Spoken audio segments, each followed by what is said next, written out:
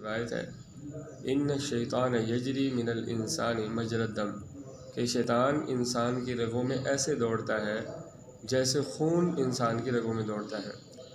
اس حدیث کے شان ورود کچھ اس طرح سے ہے کہ محبوب علیہ الصلوۃ والسلام مسجد نبی میں معتکف تھے، ازواج مطہرات تشریف لائی، محبوب علیہ السلام سے کچھ گفت و شنید ہوئی، اس کے بعد چلی گئی۔ حضرت صفیہ رضی اللہ تعالیٰ عنہ تشریف فرما رہی اور ان کے جانے میں تاخیر ہو گئی، تو جب وہ گئی تو آپ علیہ السلام مسجد نبی کے دروازے پر کھڑے ہوئے اور ان کو کہا آپ اپنے حجرے کے اندر تشریف لے جائیں۔ وہ چلی گئی۔ اسی دوران دو صحابہ کرام آپ کو آتے ہوئے نظر آئے، حضرت عبادہ، حضرت اسید بن حضیر رضی اللہ تعالیٰ عنہ۔